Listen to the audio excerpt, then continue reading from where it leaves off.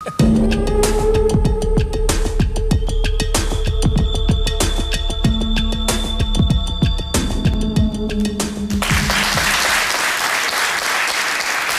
é dia do Dr. Carlos Martins e hoje para nos falar exatamente de problemas ginecológicos. Exatamente. Um assunto que causa sempre muitos tabus e que as pessoas têm sempre muito pudor em falar e provavelmente sentem isso nas suas consultas, até por parte das próprias senhoras, em se explicar, não é? Bom dia. É verdade. Bom dia Jorge, bom dia Sónia, bom dia aos seus telespectadores.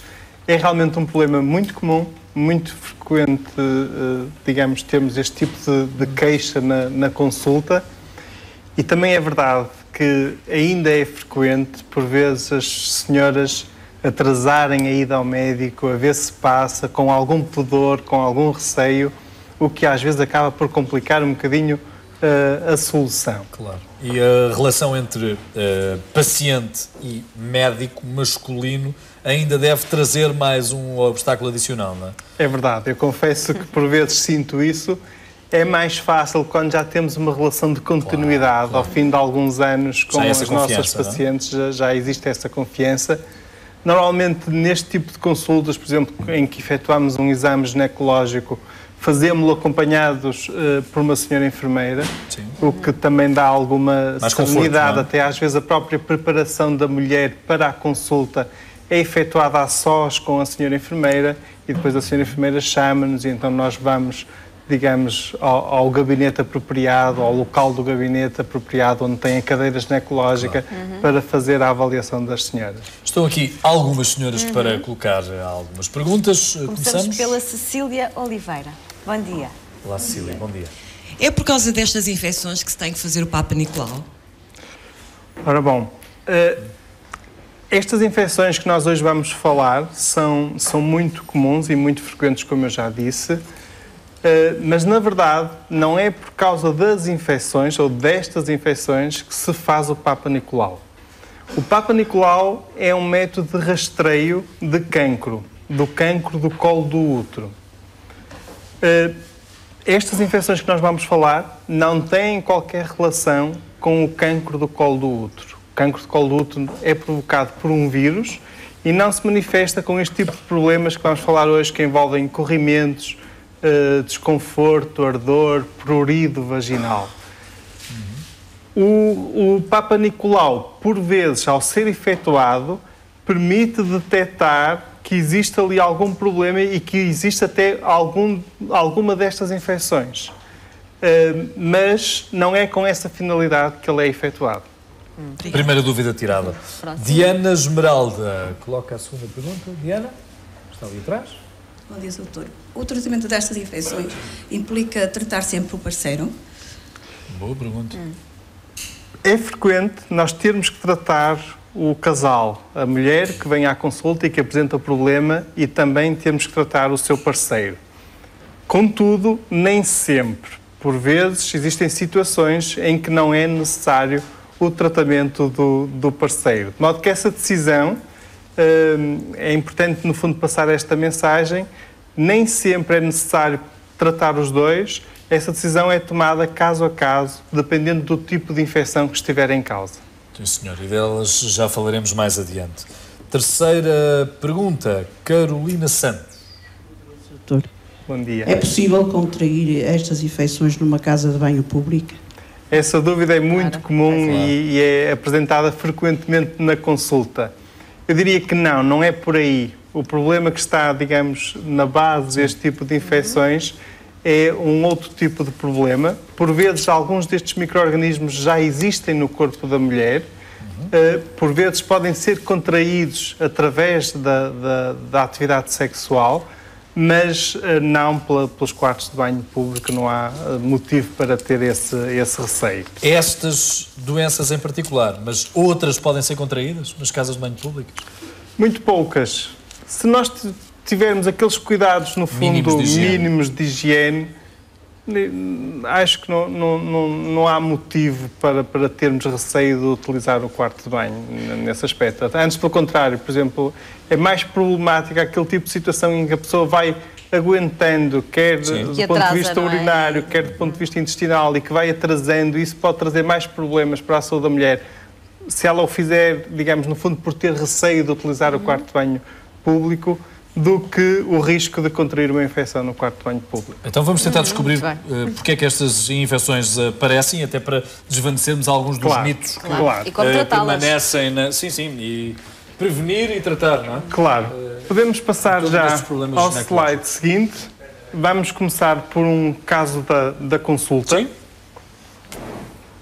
E, no fundo, uma jovem que tinha estado na consulta há cerca de uma semana atrás. Sim. E que apresentava uma amigdalite e para a qual eu tive que receitar um antibiótico. Okay. Passado uma semana, a Luísa, com 27 anos, volta então à consulta a queixar-se que está com um corrimento abundante, que tem um prurido muito intenso e sente realmente um desconforto na região, digamos, da vulva, ao fundo da barriga, uma certa dor, digamos, que está ali latente e que lhe dá bastante incómodo e desconforto. Bom, estamos a falar então hoje de problemas ginecológicos. No fundo, vemos aqui a parte do corpo da mulher que está em causa e depois aqui ao lado temos, no fundo, uma imagem mais pormenorizada, mais detalhada. Esta região aqui corresponde ao útero, depois temos as trompas e os ovários. E a partir daqui vem um canal que corresponde então à vagina. O colo do útero é esta fronteira que existe entre o útero e a vagina. E há um bocadinho falávamos do Papa Nicolau. O Papa Nicolau, no fundo, é um exame que nós fazemos uma colheita de células aqui localizadas no colo do útero, porque é esta região que tem uma certa propensão, sob a ação do tal vírus, do HPV, do vírus do papiloma vírus humano, de poder sofrer transformação e originar o cancro do colo do útero. Podemos passar ao slide seguinte. Agora estamos a olhar para o corpo da mulher de lado e vemos aqui então o útero, que normalmente está inclinado um bocadinho para a frente. Isto é a frente, digamos, da barriga da mulher. E vemos então o canal vaginal, a vagina. Ora, este canal, por natureza, não é um canal seco. Neste canal, nas paredes, inclusivamente aqui também no colo do útero, existem glândulas que produzem secreções. Sim. Isto conduz a que realmente algumas mulheres, numas mais, noutras menos, existe de uma forma natural um corrimento. E esta, podemos passar já ao slide seguinte, e esta é uma mensagem importante, porque há muitas mulheres que têm esta dúvida. Sr. doutor, eu tenho frequentemente corrimento. É normal ou não é? Sim. Na grande maioria dos casos, quando o corrimento não traz desconforto, não traz, por exemplo, ardor, prurido, não tem cheiro e é um corrimento praticamente às vezes esbranquiçado ou até transparente, é um corrimento natural e normal. Este corrimento natural é normalmente mais frequente. Pode haver oscilações na quantidade ao longo da vida? Claramente. Sim. Normalmente é mais comum existir, digamos, no período fértil da mulher, a partir da puberdade até à menopausa. E durante o período fértil é mais comum, por exemplo, na fase da ovulação, na fase do mês em que a mulher está com a ovulação, normalmente aí é mais abundante. Também, por vezes, naquelas semanas anteriores à menstruação, pode ser mais abundante. Depois, temos algumas situações em que podemos ter já corrimentos em que realmente já não são normais, em que já temos patologia. E temos aqui duas das situações, das tais infecções, que são das mais comuns. A candidíase vaginal e a vaginose bacteriana. Vamos falar um pouco de cada uma delas. Podemos passar ao slide seguinte. A candidíase vaginal é uma infecção que é provocada por um fungo, no fundo uma micose, digamos.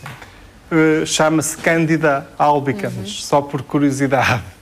Este fungo pode existir naturalmente no corpo da mulher e no canal vaginal e até no pênis do homem. Em certa quantidade, em quantidade reduzida, o fungo não provoca qualquer problema, qualquer tipo de problema. Ele normalmente coexiste o nosso corpo não é estéril, digamos, e coexiste com outras bactérias que, digamos, vivem na superfície da mucosa da vagina naturalmente.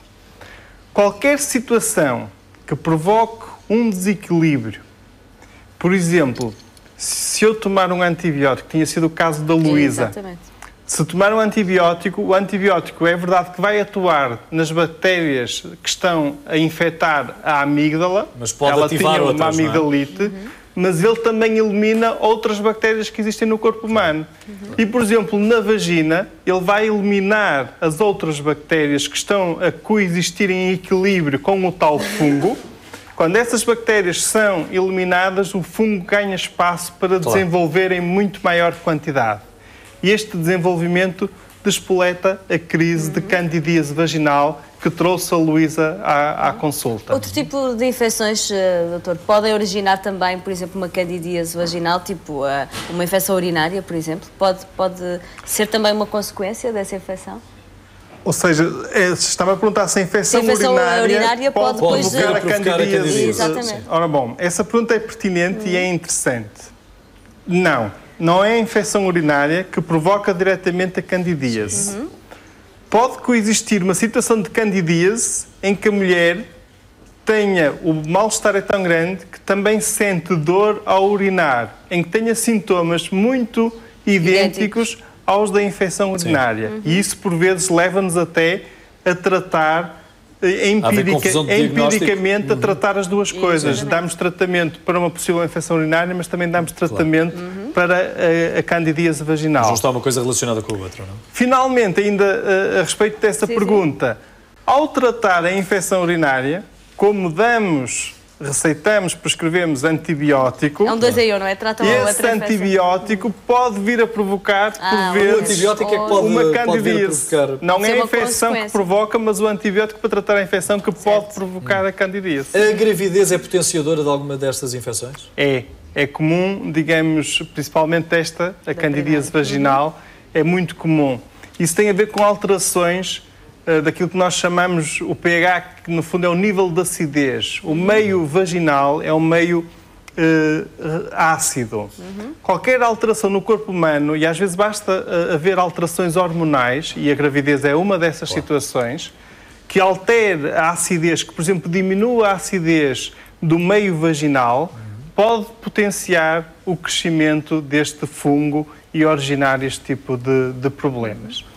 Já agora também queria dizer que esta situação é muito comum. 3 em 4 mulheres, ao longo da vida, vão ter pelo menos um episódio de candidíase vaginal. Não é uma situação grave, normalmente não é uma situação preocupante. Facilmente tratável? Normalmente é facilmente tratável. Por vezes, em algumas mulheres, ela torna-se recorrente. Existe ali uma fase da vida que ela tem muitos episódios consecutivos e isso pode ser realmente desagradável e até provocar algum transtorno e depois levanta muitas dúvidas, depois a mulher acha que algo não está bem com ela ou algo não está bem já com o casal, começam a transportar isto para outro campo, quando no fundo não existe motivo para isso. Esta infecção nem sequer é considerada uma doença de transmissão sexual. Pode levar a perdas de urina? Não. Não há relação entre uma coisa e outra? Não. Ainda voltando à questão que ela não é uma doença de transmissão sexual, por exemplo, uma mulher que nunca iniciou atividade sexual pode ter este tipo de infecção. Está bem? O corrimento que aparece é um corrimento esbranquiçado, tipo leite coalhado. No fundo, algo semelhante ao que vemos aqui nesta imagem. Aqui embaixo, no fundo, esta imagem já é outro tipo de situação. Aqui é o colo do útero, conforme nós, médicos, o observamos quando, por exemplo, estamos a fazer o Papa Nicolau, quando introduzimos o espéculo, ou seja, aquela fronteira entre a vagina e o útero, nós, de frente, é visualizada desta forma. Este líquido amarelo pode indiciar um tipo de infecção que já esteja a subir, no fundo, para a cavidade uterina, o que aí pode trazer outro tipo de complicações. Ora bom, candidíase vaginal, como evitar? As mulheres perguntam-nos isto muitas vezes. É difícil. Por vezes, na mulher que já tem vários episódios, que já começa a conhecer os sintomas, nós adotamos uma estratégia de, por exemplo, prescrever um creme vaginal, em que a mulher tem sempre lá por casa e mal ela começa a ter os primeiros sintomas, ela começa logo a fazer o tratamento e, por vezes, isso é o suficiente para resolver aquela situação que poderia despoltar uma nova crise. Também, em algumas mulheres que têm tendência a ter este tipo de problemas, quando têm que tomar antibiótico, nós, preventivamente, administramos um tratamento no princípio e no fim do antibiótico e isso é o suficiente para evitar, digamos, estas crises. Por exemplo, as pessoas com problemas tipo diabetes também têm mais tendência a ter candidíase vaginal. Aí o importante para evitar é controlar bem a diabetes, controlar bem o problema de base. Para não despoltar. Vamos a outro tipo de infecção, vaginose bacteriana. Já é provocada por uma bactéria, já não é um fungo. Também é uma infecção muito frequente, provoca um corrimento já mais amarelado, às vezes acinzentado, com forte odor a peixe. Existem outras infecções vaginais que também podem ter um corrimento, digamos, com um odor desagradável. Também pode coexistir ardor, dor, prurido. Se bem que na candidíase o mais característico é o prurido e na vaginose já é mais o ardor e o desconforto e a dor. Aqui o tratamento já é através de antibiótico, já é diferente da outra situação. Vemos aqui o tal corrimento esbranquiçado da candidíase e aqui já um corrimento mais amarelado, mais típico da vaginose. Podemos passar ao slide seguinte, alguns conselhos gerais. A higiene é importante, mas em excesso pode ser prejudicial. Por exemplo, certas soluções antissépticas que existem no mercado de higiene íntima não devem ser usadas. Por aquele motivo que eu expliquei há um bocadinho, o tal equilíbrio entre as bactérias e os fungos é importante que seja um equilíbrio natural. Muitas dessas soluções... só pode descobrir isso usando, não é? Exatamente, quer dizer, aquelas soluções antissépticas, por vezes, vão eliminar também algumas das bactérias que fazem falta para manter o equilíbrio natural. Um outro aspecto é quando a mulher se limpa, por exemplo, depois de ir ao quarto de banho, limpar-se sempre da frente para trás. No fundo, vemos aqui o corpo da mulher de lado, vemos que se limparmos de trás para a frente, temos a região do ânus, existe um risco elevado de transportar micro-organismos que vêm da parte intestinal para a região da vagina ou até para a região, digamos, da uretra, ou seja, das vias urinárias e até pode também potenciar o aparecimento de infecções urinárias. Depois do banho, secar-se sempre bem, também é importante. Usar roupa interior preferencialmente de algodão, evitar o uso prolongado daquele tipo de roupa interior à base de fibras sintéticas, por exemplo, aqueles fatos de banho ou atualmente licras, roupa interior, por exemplo, porque esse tipo de roupa impede a respiração e realmente não é o ideal e pode, para quem tem este tipo de problemas, pode potenciar o seu aparecimento. E até se calhar evitar as roupas muito justas também. Exatamente, as roupas justas, apertadas, é fundamental evitar.